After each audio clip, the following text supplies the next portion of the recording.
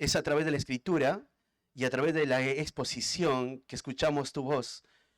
Te pido, Señor, que tú uses este momento para cada uno de nosotros. Queremos todos seguir creciendo y aprendiendo. Queremos someternos a tu palabra.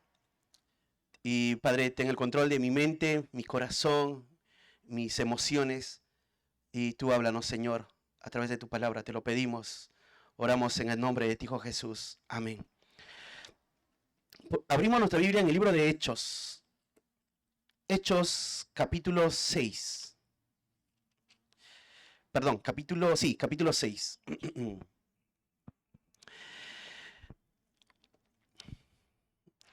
Con la iglesia estamos estudiando este hermoso libro y sabemos que Lucas es el autor de este escrito, de este segundo tomo. El primer tomo es el Evangelio de Lucas. Y Lucas tiene como propósito escribir a Teófilo para que Teófilo pueda crecer en su entendimiento de las obras que Jesucristo ahora está haciendo a través de unos discípulos que son sus discípulos, los apóstoles, y Teófilo tiene que observar cómo la iglesia está avanzando y cómo Cristo está haciendo su obra a través de la iglesia. Lucas nos estaba narrando varios detalles de cómo la iglesia ha empezado. Por ejemplo, hemos visto cuando Pedro se presentó y defendió lo que se estaba ya diciendo, que estos hombres están borrachos, por eso está sucediendo que están hablando en lenguas. Y Pedro se va a poner de pie y decir que no es así. Lo que está pasando es que el Espíritu Santo vino y es el poder de Dios a través de la obra del Espíritu Santo. Luego Pedro va a predicar de una manera tan fiel a la Escritura. Y Pedro en esa predicación va a exponer el corazón de sus oyentes. En este momento no están los líderes, está el pueblo entero. Y Pedro les va a decir que ustedes han crucificado, ustedes han matado a Jesús. Estos hombres, después de no solamente ser confrontados, sino Pedro de manera precisa va a usar la Escritura para aplicar a Cristo, que Él es el Mesías. Entonces ellos, viendo su culpabilidad, gran número, van a decir a Pedro, entonces, ¿qué hacemos? Pedro les va a decir, arrepiéntanse, arrepiéntanse. Y muchos van a arrepentirse de sus pecados. Y ese día, dice, van a ser bautizados más de 3,000 personas, como 3,000 personas. Entonces, el primer grupo eran 120, luego se sumaron 3,000 personas. Luego de eso, Lucas sigue en su narrativa contándonos cómo la iglesia ha seguido avanzando. Pero ahora lo tiene que hacer en medio de la hostilidad. Porque cuando ellos van al templo van a ocurrir milagros. La sanación de un cojo, por ejemplo. Se van a levantar los opositores porque van a estar enojados y lo van a llamar a Pedro y a Juan. Luego Pedro y Juan van a ellos ahora frente a sus opositores decirles, ustedes también, les va a decir a ellos, son culpables. Porque ustedes rechazaron al Mesías. Ustedes han dicho que muera Jesús. Pero saben, les va a decir a ellos, Él ha sido levantado por Dios, ha resucitado. Ellos no van a poder hacer nada contra Pedro y Juan por temor al pueblo. Solo lo que van a hacer es intimidarlos, lo van a soltar. Pero otra vez Pedro y Juan van a seguir siendo fieles en la predicación. Y hay expresiones en la Escritura, en el libro de los Hechos, que te dice que toda la gente o toda la iglesia estaban unánimes, creciendo en la doctrina de los apóstoles, compartiendo unos con otros. Era un momento ideal de crecimiento. Otra vez viene la persecución, otra vez es tomado Pedro y Juan. Y luego en esa vez que son tomados Pedro y Juan, vamos a ver cómo un ángel va a abrir de alguna manera las rejas de la cárcel. No sabemos cómo sucede eso, pero justamente hemos observado que Pedro y Juan o los apóstoles son sacados de la cárcel. Para la sorpresa, los alguaciles que respondían a la autoridad de los religiosos van a ir y ver, ya no está Pedro ni Juan. Al contrario, ahora están predicando otra vez en el pórtico de Salomón. Y se van a enojar y los van a traer y los van a poner delante. Y le van a decir, no les hemos dicho que no tienen que predicar en ese nombre, pero ellos van a decir, y esta va a ser la segunda vez que lo van a decir, es necesario obedecer a Dios antes que a los hombres. Entonces ellos van a seguir siendo fieles en la predicación. Dice, lo van a castigar, van a agarrar azotes. Y la ley decía, tenía que ser azotado 40 veces. Y 40 veces fueron azotados ellos. lo van a soltar. Y justo lo que leyó último Roy fue, salieron gozosos después de haber sido tenidos por dignos de padecer por causa de Jesucristo. Qué hermosa verdad estos hombres. Estos hombres estaban entendiendo para qué fueron llamados. Ahora, no hay que olvidarnos otro factor. El otro factor es que mientras ellos están haciendo la tarea, Dios está siendo fiel a la exposición.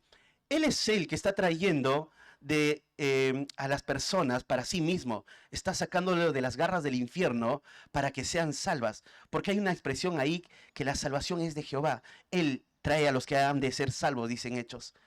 Y es interesante que siendo Él el que salva, también cuida del pecado. Y hemos observado cómo Dios ha traído un juicio a la iglesia matando a Ananías y Zafira.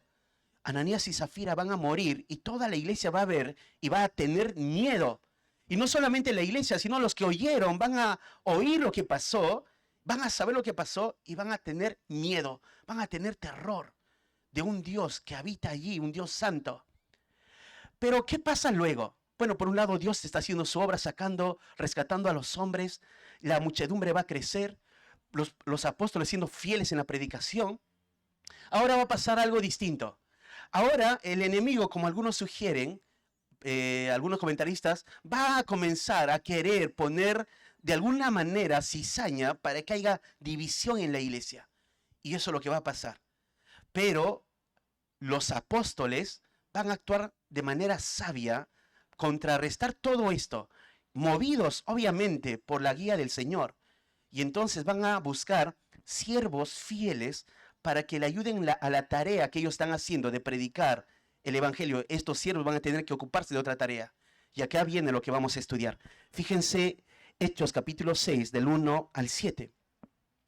En aquellos días, como crecía el número de los discípulos, hubo murmuración de los griegos contra los hebreos, de que las viudas de aquellos eran desatendidas en la distribución diaria.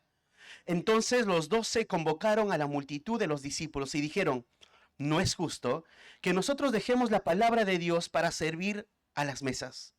Buscad pues, hermanos, de entre vosotros a 7 varones de buen testimonio, llenos del Espíritu Santo y de sabiduría, a quienes encarguemos de este trabajo. Y nosotros persistiremos en la oración y en el ministerio de la palabra. Agradó la propuesta a toda la multitud y eligieron a Esteban, varón lleno de fe y del Espíritu Santo, a Felipe, a Procoro, a Nicanor, a Timón, a Permenas, a Nicolás, prosélito de Antioquía, a los cuales presentaron ante los apóstoles, quienes, orando, le impusieron las manos. Y crecía la palabra del Señor, y el número de los discípulos se multiplicaba grandemente en Jerusalén. También muchos de los sacerdotes obedecían a la fe. Qué hermosa historia. Y si ves, seguramente ya tienes idea de lo que vamos a ir viendo, porque quizá ya tienes en tu mente de la idea de los diáconos, qué función cumplen en la iglesia y todo lo demás. Pero quiero observar contigo detalles que seguramente nos va a sorprender. Entonces, en primer lugar, vamos a ver esto: crecimiento y murmuración. Ese es el primer punto. Crecimiento y murmuración. Está en el versículo 1 hasta el versículo, bueno, solo el versículo 1. Sería así. Dice, en aquellos días. Cuando uno sigue la narrativa, pareciera que todo es de manera consecutiva. Al día siguiente y de manera así, cronológica. Pero acá está esta idea de aquellos días. Bueno, no tenemos mucha información de aquellos días. ¿Qué quiere decir Lucas cuando dice en aquellos días? Hay un escritor, se llama Justo González. Él comenta lo siguiente: algunos eruditos sugieren que al menos 6 años han transcurrido entre el Pentecostés y lo que está pasando aquí. 6 años. Si fuese cierto, nos debe sorprender. ¿Sabes cuánto tiempo tiene nuestra iglesia? 6 años. No es casualidad, ¿no? La predicación, el Señor la custodia. Nuestra iglesia tiene 6 años. Si es como dice Justo González en su investigación, La iglesia para este punto tiene 6 años, desde Hechos capítulo 2. Pero ¿qué te dice todo esto? 6 años. Y es más, va a decirte expresiones como crecía el número. O sea, estos hermanos de aquel momento persistieron en su fe todo ese tiempo. Y no disminuía, sino crecía. Eran realmente ellos eran hijos de Dios, creyentes, genuinos. Y bueno, acá ves a este grupo creciendo. Pero ¿qué sucede cuando el grupo crece? Porque dice, como crecía el número. Como él crecía el número. Bueno, tenemos que ver con varios lentes esto. Primero, tenemos que ver que el que da el crecimiento es el Señor. Hay una expresión, más que una expresión, Jesús lo dice, Mateo 16, 18 dice, y yo también os digo que tú eres Pedro, y sobre esta roca edificaré mi iglesia, y las puertas del Hades no prevalecerán contra ella. No vamos a estudiar este pasaje, solo quiero afirmar esta verdad. Jesús dice, yo edificaré mi iglesia. Entonces transcurrieron 6 años. 6 años que el Señor está edificando su iglesia, que Jesús está edificando su iglesia. Es más, en Hechos 2:47 dice, alabando a Dios y teniendo favor con todo el pueblo, y el Señor añadía cada día a la iglesia los que habían de ser salvos. Piensa esto. Dios es el que está haciendo su obra a través de los apóstoles, a través de la predicación de los apóstoles.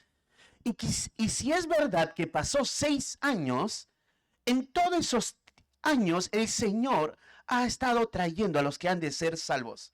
Él estaba añadiendo a la iglesia. Él estaba salvando. Y te dice acá otra idea, ahora en Hechos, el pasaje que estamos estudiando, dice, en aquellos días, como creciera el número de los discípulos. Creciera el número. Un predicador, seguramente si lo escuchas en YouTube, pones a Vernon McGee, él hace una lectura de la Biblia, seguramente lo has escuchado sin darte cuenta de él, pero él también hace comentarios. Él dice lo siguiente, se ha calculado que el número de la iglesia en aquel entonces pudo haber llegado a los 25,000. ¿Te imaginas? 6 años y 25,000 personas. Impresionante. Una gran cantidad. Puede ser que sí. No está, porque él dice, se ha calculado. Puede ser que ese gran número de personas ahora está en la iglesia. Y pensaba esto, ¿no? Decía, cuanto más grande es el grupo de personas, las necesidades son más grandes. Más personas demanda mayor responsabilidad para atenderlas. ¿Sabes? No es lo mismo cuando hemos empezado la reunión casera por primera vez el 20 de mayo del 2017 en casa cuando vino Freddy Doris a este grupo. No es lo mismo. Porque en esa vez era solo ese matrimonio, Freddy Doris, con sus hijos y algunos más, y mi familia. Hoy el grupo ha crecido. Y cuanto mayor es el grupo de personas que son salvadas, mayor es la necesidad y mayor es la atención.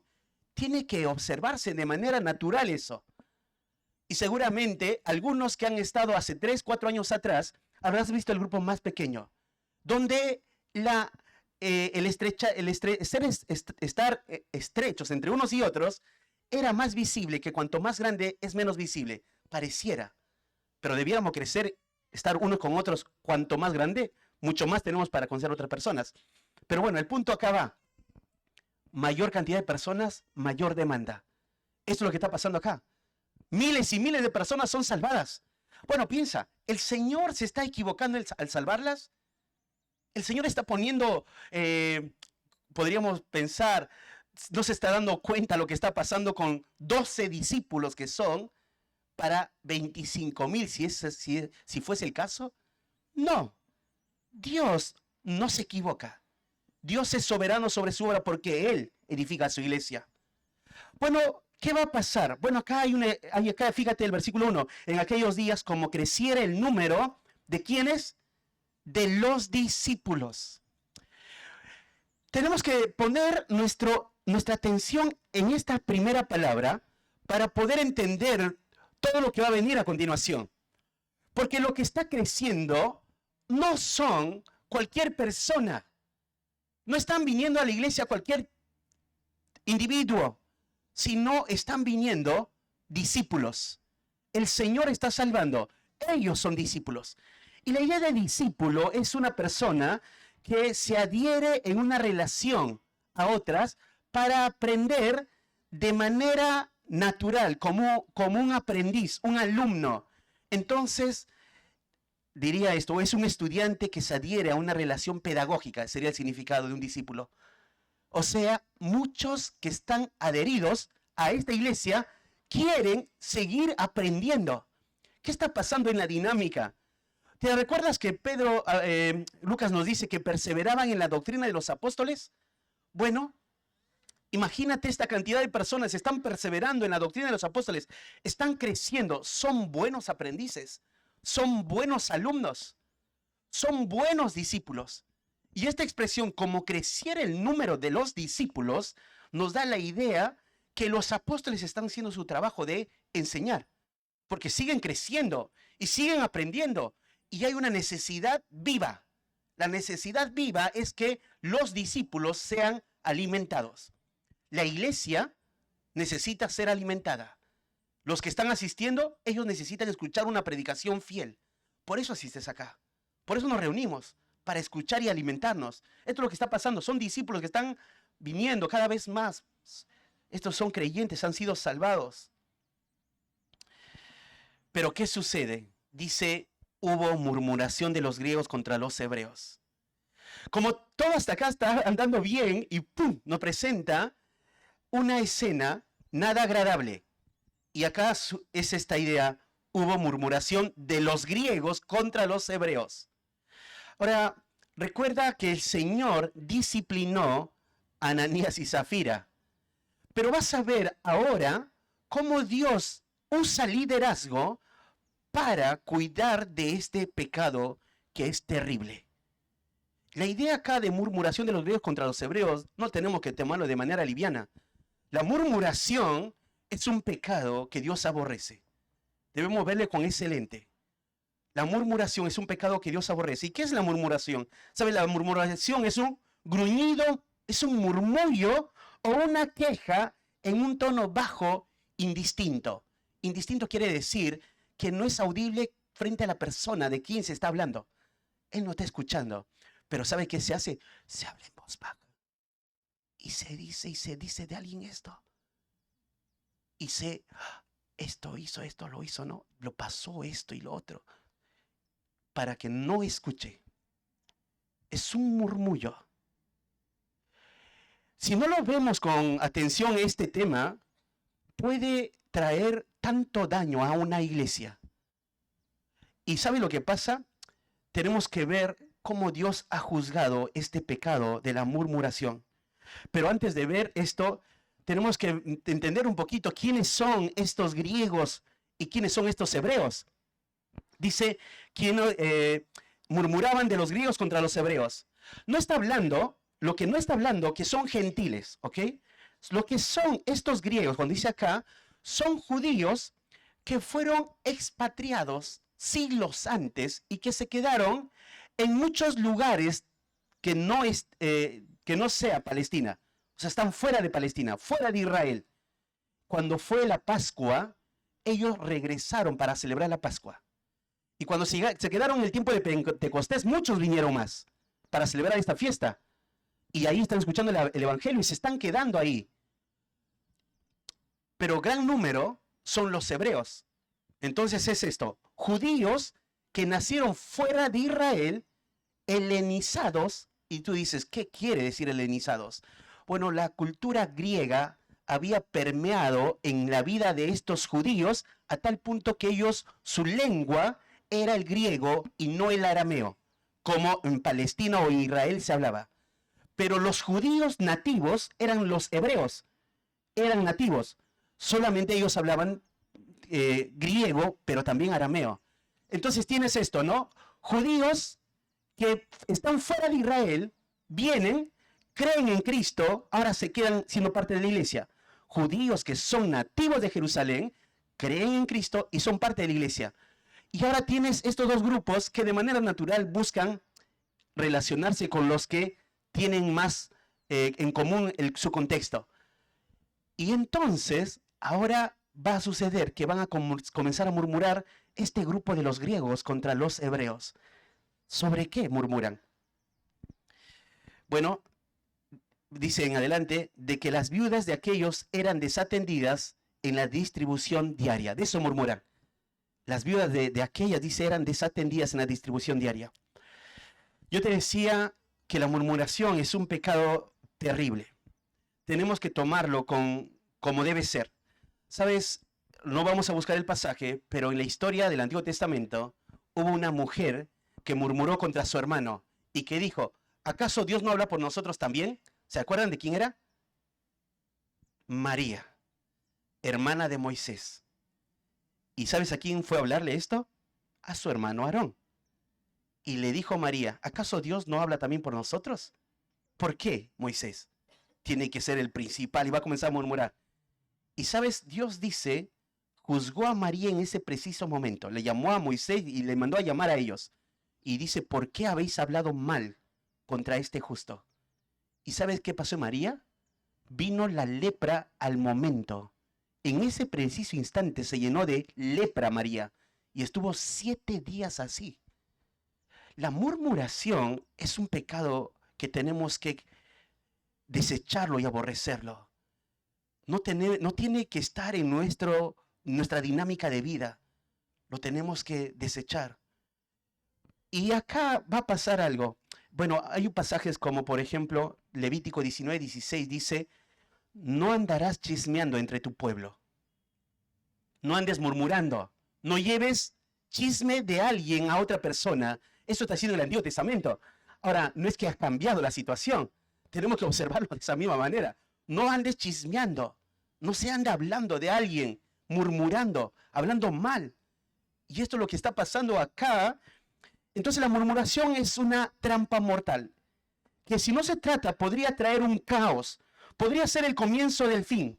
¿Sabes? Pocas palabras pueden ser las más destructivas. Pocas palabras malintencionadas son las que muchas veces el enemigo se aprovecha para reducir a nada las relaciones más fuertes. Por las palabras que salió de tu boca, si fuese el caso de la murmuración, lo que hiciste es que la otra persona piense mal del otro y se divide la relación.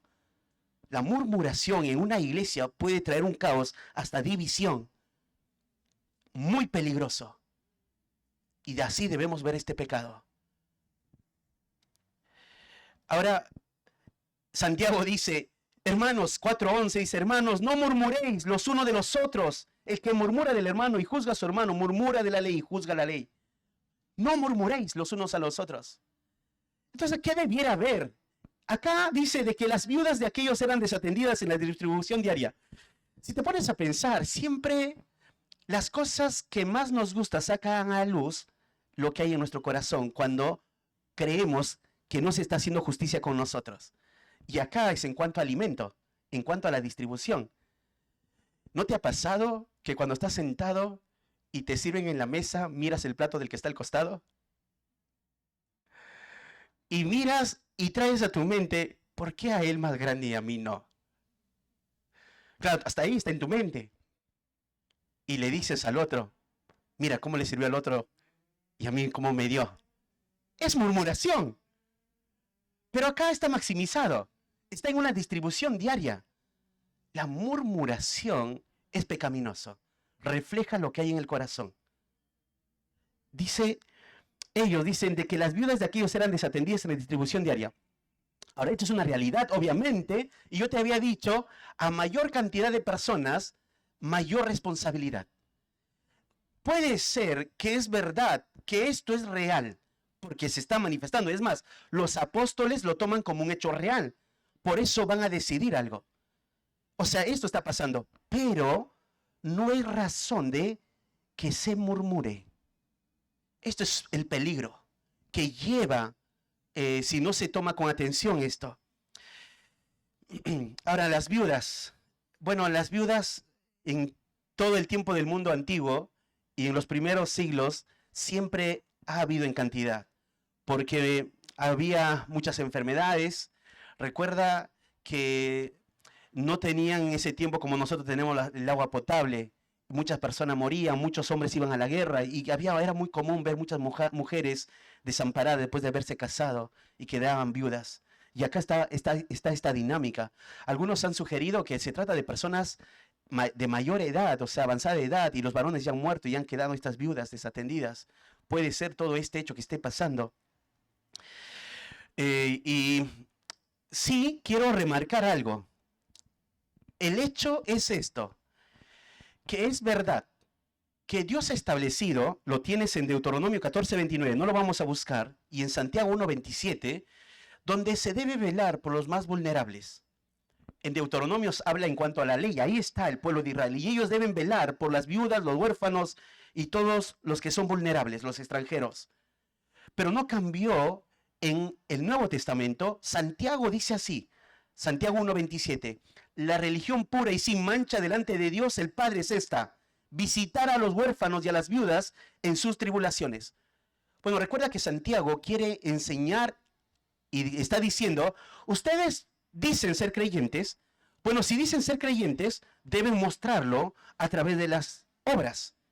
Las obras no salvan, pero las obras certifican de la fe que tú tienes.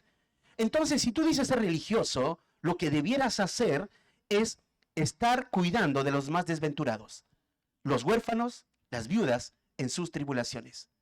Ahora piensa esta dinámica. ¿Cuánto de nosotros observamos las necesidades de los más desventurados en nuestra iglesia? Quizás no conozcas viudas, pero puedes conocer hermanas que no tienen esposo. Quizás no conozcas huérfanos, pero puede ser que sí. Y quizá venga alguna vez una viuda o venga huérfanos en nuestra iglesia. Pero no solo eso, sino a los enfermos. Nuestra atención está en ellos. No debiésemos cerrar los ojos ante esta necesidad. Debemos pensar también en esto.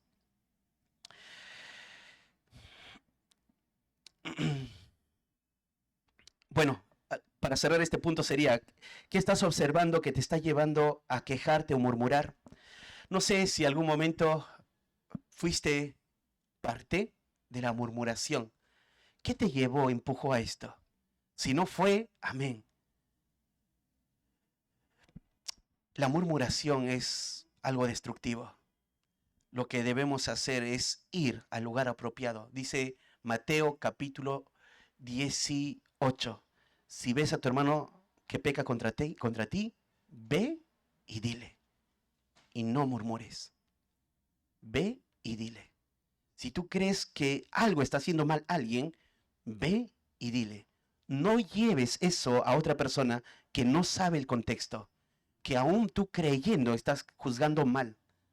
Por eso no murmuréis los unos de los otros. Bueno, acá está pasando esto, ¿ok? En otra pregunta hacía, ¿por qué no vas a liderazgo para hablar del tema antes de murmurar? Bueno, primer punto fue crecimiento y murmuración. En segundo lugar, decisiones sabias y el servicio, una necesidad que debe ser suplida. Decisiones sabias y el servicio, una necesidad que debe ser suplida. Desde el versículo 2 hasta el versículo 4. Dice, entonces los 12 convocaron a la multitud de los discípulos y dijeron, ¿quiénes son los 12? Ya sabemos, no necesitamos más información, los apóstoles, contando a Matías, que se incluyó en esos 11, Judas, recuerda que se ahorcó, fue sacado de ellos, nunca pertenecieron realmente, y Matías se sumó a estos 12. Bueno, y dice, pero sí tenemos que observar lo que los discípulos dicen. Entonces los convocaron a la multitud y dicen esto, ¿no? Y dijeron, no es justo que nosotros dejemos la palabra de Dios para servir a las mesas. Y empieza con un no rotundo. No es justo. Seguramente los apóstoles, cuando llegó la noticia a ellos, lo primero que van a hacer es decidir de manera sabia. Para que pare esto, van a buscar y van a usar, en un sentido, van a dar dirección a la iglesia de cómo se tiene que observar a ciertos hombres para que suplan esa necesidad que está habiendo y pare esto. Y ellos van a decir primero, no es justo. Ahí la idea de no es justo, la palabra justo es agradable o aceptable. Lo que quiere decir, no es aceptable, no es agradable, no es bueno, no es apropiado. Los apóstoles no están rechazando el servicio a las personas que serían huérfanos, viudas, a los más desventurados. Ellos no están rechazando eso. Todo lo contrario está pasando acá. Los apóstoles están viendo como un trabajo muy especial lo que están haciendo. Porque ellos te dice, no es justo que nosotros dejemos la palabra de Dios. La palabra de Dios tiene que ser observada de esta manera. No tiene que ser en un sentido atacada para que los que están en el servicio de la predicación puedan desistir de hacerlo. Todo lo contrario, los apóstoles van a marcar esto como algo valioso.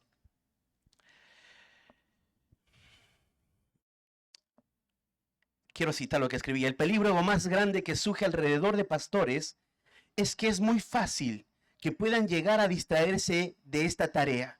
Quizá no están observando con responsabilidad y por negligencia están descuidando su labor. El pastor debe entender que para esto está puesto. El pueblo de Dios necesita oír la predicación fiel de la Escritura. Entonces los ancianos, los pastores, deben observar que su más grande llamado es predicar la palabra de Dios. Acá los apóstoles están poniendo la predicación en el lugar que tiene que estar. Y la tarea o la función que ellos han sido llamados para dar y hacer. No están minimizando lo que es el servicio, sino están priorizando lo que la iglesia siempre necesita y va a necesitar. Esto es un precedente para lo que Pablo va a continuar diciendo más adelante. Por ejemplo, Pablo le va a decir a Timoteo, te encarezco delante de Dios y del Señor Jesucristo, que juzgará a los vivos y a los muertos en su manifestación y en su reino, que prediques la palabra. Recuerda que Timoteo no está con Pablo, no le está diciendo así en una voz o de manera presencial. Él le mandó esta carta y Timoteo está como pastor en una iglesia. Y Pablo le está diciendo, Timoteo, tienes una labor importante que hacer. Y sabes, tú tienes que predicar la palabra. Y los testigos que van a observar tu predicación tienen que ser, es Dios y Jesucristo. Jesucristo y Dios están oyendo lo que tú dices. Ahora, piensa esto. Timoteo, cuando va a abrir la escritura, tiene que saber que los que están sentados adelante, como si estuvieran sentados adelante, es Dios y Cristo. Y escuchando cómo se está usando la propia palabra de Dios. ¿Qué traería a la mente Timoteo? ¿Qué traería a su mente? Temor. La predicación tiene que estar en el lugar adecuado, correcto. Y el pastor está llamado para predicar. Acá son los apóstoles. Hasta ese momento todavía no se está afirmando este oficio de los pastores. Pero los apóstoles están guiando, empezando la iglesia con esta tarea de predicar y enseñar, establecer, afirmar la fe. ¿Cuál es el peligro? Que predicadores descuiden esta tarea y que sean seducidos por lo pragmático y puedan llegar a predicar un domingo de manera incorrecta, no siendo certeros y exactos en su predicación. Por ejemplo, nuestra conferencia este año que vamos a hacer, ¿sabes cómo se llama? Exponiendo con precisión. Y los que van a venir son pastores y líderes que ellos están discipulando, hombres a quienes los pastores están discipulando. ¿Por qué esta idea exponiendo con precisión? Porque el llamado más alto de un pastor es ser exacto a la hora de cortar la escritura, a la hora de partir la Biblia, para entregar a los oyentes de manera exacta, sin error. Pero para esto hay una tarea muy grande, una tarea inmensa, titánica, donde el pastor tiene que muchas veces no hacer lo que los hermanos comúnmente pueden hacer. Ir a pasear, quizás ir a una u otra cosa que no está mal, pero el pastor va a ver como un alto llamado el predicar la palabra. Y si eso va a cortar su preparación, entonces es un peligro. El pastor debe anhelar ser fiel en su predicación. Y acá Pedro o los apóstoles juntamente están diciendo, no podemos dejar de hacer esto. Esto es lo más importante.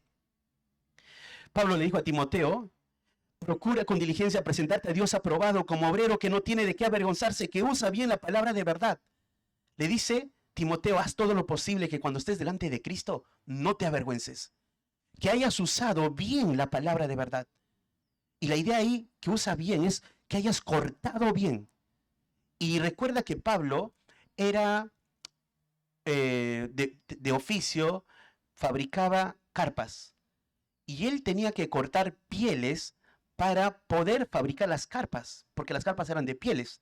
Y tenía que ser trazos. Y esos trazos tenían que ser exactos.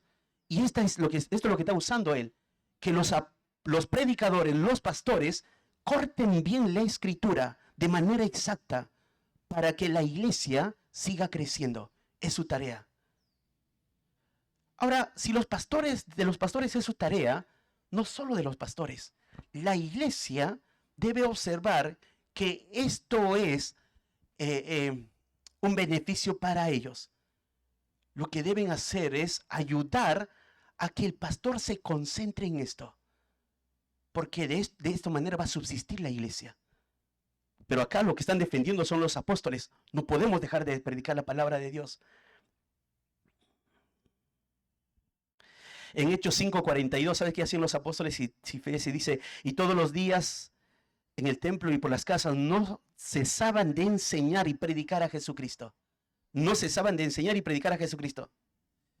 Entonces, para que se llegue a este cometido, debe dejar muchas veces otras tareas para asegurarse en predicar de manera fiel el fin de semana. Y la iglesia debe ayudar a defender esto, porque la subsistencia de la iglesia está en la escritura, de lo que oye cada domingo. El pastor debe priorizarlo.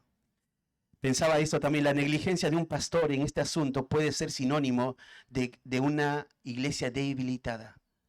Si hay un pastor que está siendo negligente en su tarea de exposición, es esto. Un pastor negligente tiene una iglesia débil. Un pastor que es fiel al predicar es una iglesia que va creciendo. Hermanos, esa es la tarea. Y estoy hablando del pastor, y tú tienes adelante al pastor, a tu pastor por la gracia del Señor. Y no porque sea mejor que nadie. Cuando pienso en esto, surgía en mi mente mi responsabilidad y qué más cosas debo dejar para cada vez ser más preciso en la predicación y no dejarme seducir por cosas que no son tan importantes. Porque mi tarea, hermano, es presentar perfecto en Cristo Jesús a todo hombre. Y todo pastor lo tiene que tener en mente eso. Tiene que tener en mente eso, esa verdad. Y yo les pediría, así como tu hermano en la fe y con la responsabilidad que Dios me dio, ayúdenme a cumplir esa tarea. Porque de esto, la iglesia, por esto, cómo se enseña en la iglesia los domingos, la iglesia va a subsistir.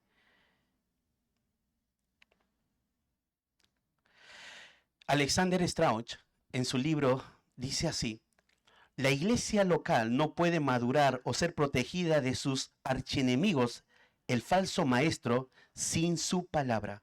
Porque, por consiguiente, sería una pérdida incalculable para los apóstoles dejar de predicar la palabra de Dios. Eso sería destruir la iglesia en Jerusalén y quitarle al mundo el mensaje más importante que jamás podrían haber escuchado. Claro, y hace piensa de manera adecuada este autor. ¿Qué hubiese pasado si los apóstoles se hubiesen quedado y hubiesen puesto todas sus energías en distribuir y no buscar otras personas? ¿Qué hubiese sido de la predicación? ¿Qué hubiese sido del discipulado? Hubiese sido una catástrofe. Ellos tenían que defender lo más importante y era la predicación. Ahora, pero los apóstoles van a hacer otra cosa, pero van a decir algo, ¿no? Para servir a las mesas. Para servir a las mesas, y la idea de servir es diaconeo en el griego, que nosotros usamos esta palabra de diácono en lo que ya en las cartas pastorales, pero acá está hablando específicamente de cuidar, atender las necesidades de los demás, Esta es una, cito lo que escribía. Entonces, esto no quiere decir que los pastores no deben hacer nada para servir a sus hermanos, pensaba esto, bien, mientras lo que escribía. Entonces decía, ¿los pastores no tienen que hacer nada por sus hermanos? No, no es así. Los pastores, no es así. Ellos deben ser los modelos en servicio a los demás. Los pastores deben estar dispuestos a ser los primeros en hacer las tareas más sencillas que posiblemente no son vistas como dignas. Quizá en barrer, lavar los platos. Los pastores no están en una categoría mejor y nada más o más especial. Es más,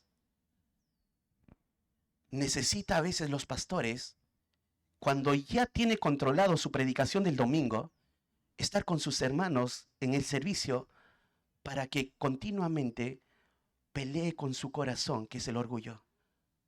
Porque los dones visibles, como el enseñar, a muchos los pone sobre otros. Pero los pastores deben estar al lado de los hombres.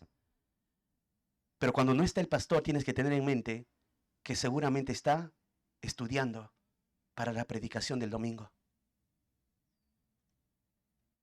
De eso va a sobrevivir la iglesia, por una predicación fiel.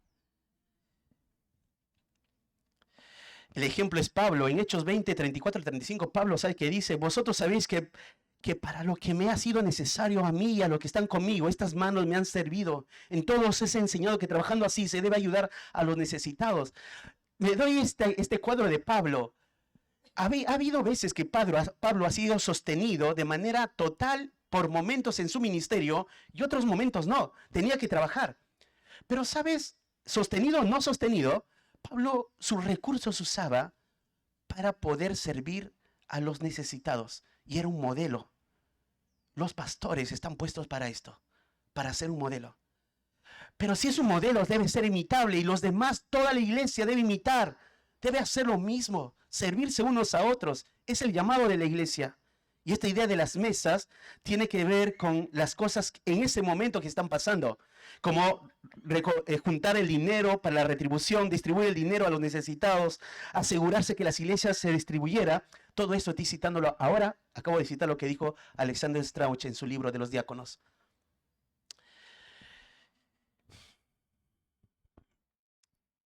Hoy pensaba esta idea también.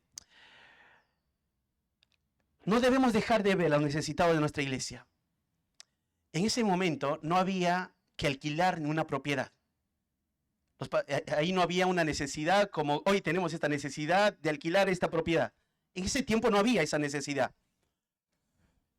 Pero el que haya una necesidad como alquilar esta propiedad y que es usado los recursos para esto, no debe quitarnos el observar a los necesitados. Esto no debe cambiar. Y esto es lo que ha estado refrescando mi corazón, esta palabra. Los necesitados deben ser observados de nuestra iglesia. Y todos seguir observando. Entonces, si las necesidades son grandes y hay necesidades, aparte de las necesidades como las instalaciones, hay necesidades en los necesitados, ¿qué hacemos? Ser más generosos. Eso sería la respuesta para que sea suplida las necesidades. Y el versículo 3 dice: buscad pues, hermanos, de entre vosotros a 7 varones de buen testimonio, llenos del Espíritu Santo y de sabiduría, a quienes encarguemos este trabajo. Acá ves a los apóstoles llamándolos y dice: buscad. Este es un mandato. Buscad está de manera imperativa. Y te doy algo que pienso. Los apóstoles están dando dirección a la iglesia y no la iglesia haciéndolo de manera arbitraria, sino están ellos dirigiendo y ayudando. ¿Cómo buscar? ¿Y qué tienen que buscar? Dice a 7 hombres. Y tiene 3 características que tienen que tener estos hombres: de buen testimonio, llenos del Espíritu Santo, de sabiduría. Cada una de ellas, hermano, nos pasaríamos estudiando 1 hora ya, pero no lo vamos a hacer. Vamos a pasar más rápido. Te dice de buen testimonio. ¿Por qué es necesario de buen testimonio? De buen testimonio es necesario porque los demás los ven. ¿Cuántos eran más o menos? ¿Te acuerdas cuántos eran? Más de 20,000. ¿Cuántos hombres habría? Muchos. Y seguramente los hermanos, los discípulos, comenzaron a ver a todos los hombres y han encontrado a 7 varones. Y no es que los otros, que no fueron encontrados, sean menor. Quizás ellos decidieron, estos 7, y otros tenían también características así, porque va a haber más adelante otros discípulos con características similares. Pero acá escogieron a 7, de buen testimonio.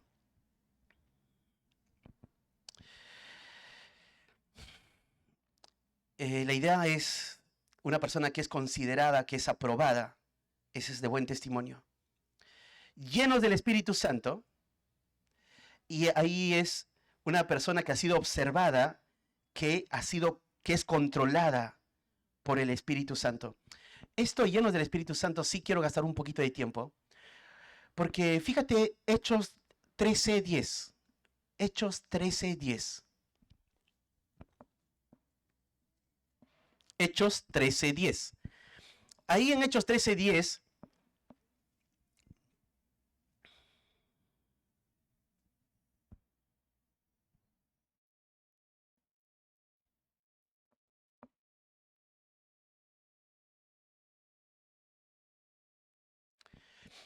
un hombre va a ser confrontado por Pablo.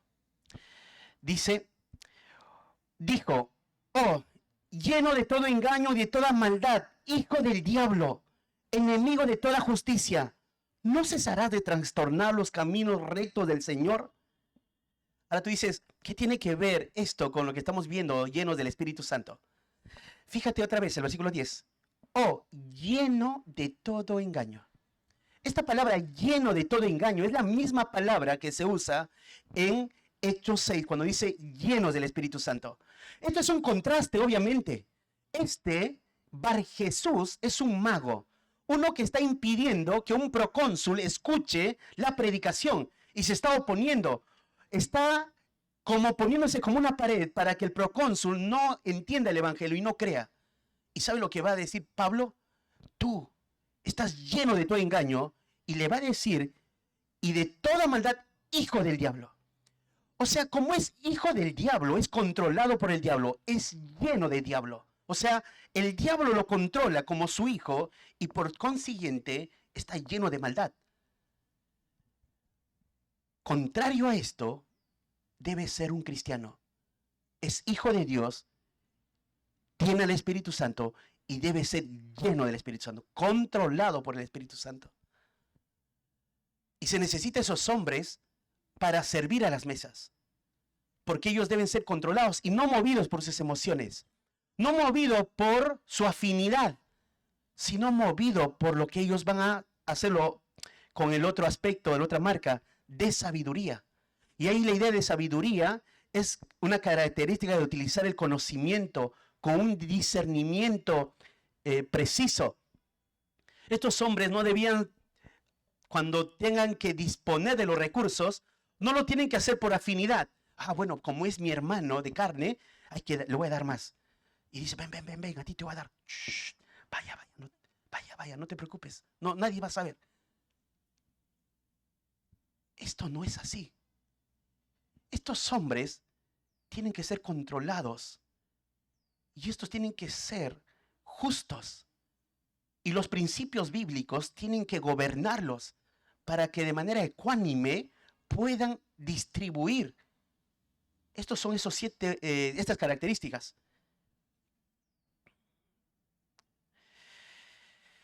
Y luego termina diciendo, a quienes encargaremos este trabajo, esta función. Y luego dice, y nosotros persistiremos en la oración y en el ministerio de la palabra. Versículo 4. Otra vez, y esto me encanta, dice persistiremos. La idea acá es que nosotros vamos a quedar obstinados, es la palabra. Somos obstinados en dedicarnos a esto, aferrados. ¿A qué? A dos cosas, la oración y el ministerio de la palabra. Otra vez la misma idea. Pedro dice, nosotros tenemos que dedicarnos a la oración. ¿Sabes cuánto golpeó esto esta semana cuando estudiaba? Porque acá está dando un modelo de Pedro de cómo tienen que ser los pastores. Y he hablado con algunos varones y anhelan el ministerio. Un pastor debe continuamente orar por su iglesia, caminar de rodillas por su iglesia, continuamente orando por ellos. Y la iglesia debe disfrutar de un hombre que es así. Ahora piensa, Pedro y los apóstoles, ¿de dónde lo aprendieron? ¿Quién les enseñó a orar? ¿Quién les enseñó a que la predicación es lo más importante? Jesucristo. Jesucristo se separaba a orar y oraba por todos, y oraba por sus apóstoles. Y Jesucristo ponía el lugar adecuado a la escritura y enseñaba. Los apóstoles fueron buenos discípulos y están cuidando esta tarea importante. Entonces, estas dos tareas son el punto de partida para que la iglesia siga creciendo. Los pastores deben ser hombres entonces que tengan una vida de oración continua por la iglesia, un servicio de predicación fiel de la escritura. En tercer lugar, primer lugar, crecimiento y murmuración. En segundo lugar, decisión sabia y el servicio, una necesidad que debe ser suplida. En tercer lugar, el reconocimiento de hombres espirituales en el servicio. Versículo 5, fíjate, dice, agradó la propuesta a toda la multitud y eligieron ¿a quién? A Esteban, a Felipe, a Prócoro, a Nicanor, a Timón, a Parmenas y a Nicolás. Bueno, acá están algunos nombres para que el que quiere tener otro hijo pueda pensar en alguno de estos nombres. Quizá alguno quiera llamarlo Prócoro, ¿no? Algo así. Bueno, ahí los desperté a todos. Bueno, acá tiene estos nombres. ¿Sabes? Estos nombres son griegos. Por ejemplo, te digo lo que significan. Esteban significa corona. Felipe, bueno, no en todos está lo que significa. Te vengo a Prócoro, significa que dirige el coro de los danzantes. A Nicanor significa victorioso. Timón significa digno. Parmenas no hay, no lo encontré. Nicolás, victorioso del pueblo. Esos son los nombres que significa. Ahora, estos nombres son griegos. Posiblemente son judíos helenizados, de justo del grupo que estaba murmurando, pero no, obviamente ellos no estarían murmurando, porque son llenos del Espíritu Santo y todo lo demás. De ese gran grupo es muy probable que han salido estos hombres, y ellos ahora van a cuidar. La sabiduría de los apóstoles es impresionante. Saben, y ahora ellos dicen, van a imponer las manos y van a orar por ellos. Estos hombres son los que han sido escogidos. ¿Ok? En cuarto lugar, el resultado de la decisión sabia. Fíjense, y crecía la palabra del Señor y el número de los discípulos se multiplicaba grandemente en Jerusalén. También muchos de los sacerdotes obedecían a la fe. Y este es el último versículo. Versículo 7. Y crecía la palabra del Señor. Estos hombres que no he detallado en Esteban, y tú dices, pastores, pasamos por alto a Esteban y a Felipe. No te preocupes, lo estoy dejando porque a ellos los vamos a estudiar en el libro de los Hechos, en su momento. Por ejemplo, a Esteban, la próxima semana. Te mencioné nada más lo que fue agradable para toda la multitud. Pero acá viene algo interesante y cerramos con este punto. Crecía la palabra del Señor. ¿Por qué crecía la palabra del Señor? ¿Sabes por qué? Porque los apóstoles se dedicaban a la predicación fiel de la Escritura. Y ahora, estas viudas ahora fueron atendidas por estos hombres. Es necesario observar a hombres que ayuden en el servicio a la iglesia. Algunos sugieren que estos no son los primeros diáconos, sino son un precedente para lo que va en las cartas paulinas, Pablo a afirmar este oficio del diaconado. Puede ser que sí. O quizá algunos como dicen, no, son los primeros diáconos. No vamos a ponernos a pelear de esto. Pero lo que sí vemos es que estos son los primeros siervos. Los primeros siervos que van a cuidar de las necesidades de los demás. Y es un precedente, obviamente, para todos los que van a caminar hacia el diaconado. y el diaconado es un oficio dentro de la iglesia. Y piensa esto, hermano, hay dos oficios en la iglesia, el pastorado y el diaconado, no hay otro oficio más.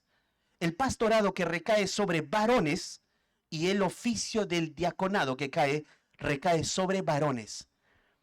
Y estos son 7 varones. 7 varones que tienen que tener estas 3 marcas, que hubiésemos gastado tiempo en hablar en cada una de ellas, de buen testimonio, llenos del Espíritu Santo y de sabiduría, necesarios para que ejerzan esa labor de distribución diaria. ¿Por qué? Porque la predicación tiene que correr. Entonces, los varones tienen que observar esto, ¿no? Hay una forma de que la iglesia siga creciendo y siga siendo como Cristo a través de la predicación. Y si mi tarea es hoy estirarme para tener estas marcas y cualidades, para ser un siervo fiel, amén, para que cuanto más el pastor se dedique a enseñar, a predicar, hoy se necesita esta tarea. Y he estado por este estudio orando por los varones que tenemos en nuestra iglesia, para que Dios siga formando en ellos a Cristo y ellos sigan caminando. Y les digo, doy gracias a Dios por estos varones que están creciendo en su santificación. Y como iglesia debemos orar por varones para que entren al liderazgo y al servicio. Bueno, esto está sucediendo en esta iglesia. Y el resultado, crecía la palabra del Señor y el número de los discípulos se multiplicaba grandemente en Jerusalén. También muchos de los sacerdotes obedecían a la fe. Esta idea de muchos de los sacerdotes obedecían a la fe es impresionante. Porque personas que en un momento habían sido hostiles y habían intimado a los discípulos, ahora están siendo rescatados, están siendo salvados. Y por el poder del evangelio, tareas dignas que deben ser apreciadas. La tarea de pastorear y la tarea de servicio, ambas son importantes. Uno tiene que ver con el oficio pastoral, el cuidado de las personas con las escrituras, siendo el oficio principal de la iglesia. Y el otro tiene que ver con el servicio a las personas, con los recursos para las necesidades, para que la tarea pastoral llegue a ser realizado. Oremos por esto para nuestra iglesia, hermanos. Y es nuestra oración, te digo, es mi oración también. ¿Preguntas? ¿Aprecias la función que cumple el pastor en la iglesia? ¿Estás dispuesto a defenderla y ayudar para que la predicación fiel de la Escritura cada domingo se dé? ¿Qué estás haciendo para crecer en tener estas marcas en tu vida, pensando en los varones? La iglesia podría observar estas cualidades y enseñarlas como dignas para ser imitadas.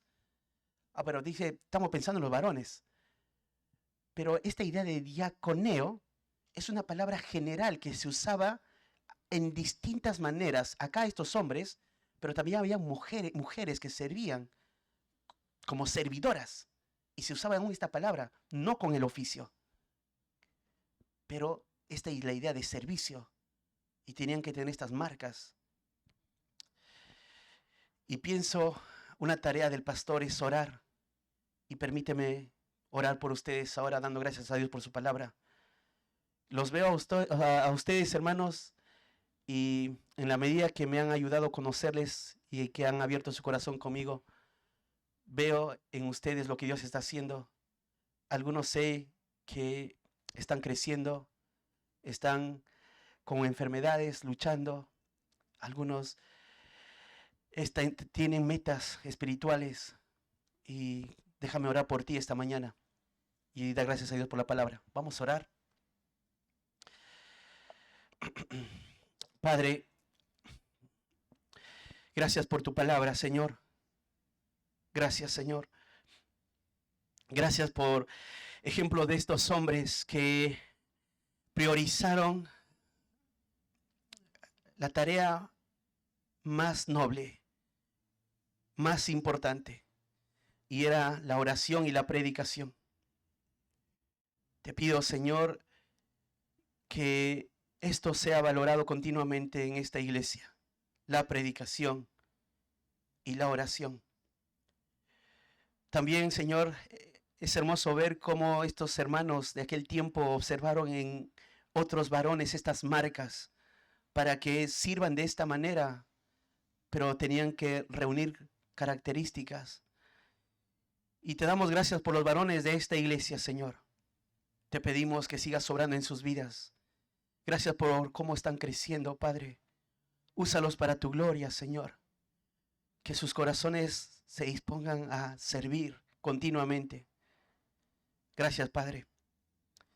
Y una de las tareas, Señor, que tienen los pastores hoy y en su momento los apóstoles en ese tiempo es orar. Y pienso en toda esta iglesia, Señor. Conoces la vida de mis hermanos, conoces sus necesidades, sabes con qué lidian, con qué luchan, con qué necesidades económicas tienen. Sabes las enfermedades de algunos, Señor. Y te pido para que tú los sanes, Señor. Te pido, Señor, para que tú proveas para sus necesidades. Te pido, Señor, que les des claridad en las pruebas que están pasando para que puedan seguir caminando. Padre, es tu iglesia que tú estás edificando. Alguno quizás, Señor, tenga que pasar una intervención también. Te pedimos por todo esto, Señor, ten el control. Pon tu mano en medio de todo esto, Señor. Gracias, Padre, por tu iglesia, por salvarla, por santificarla.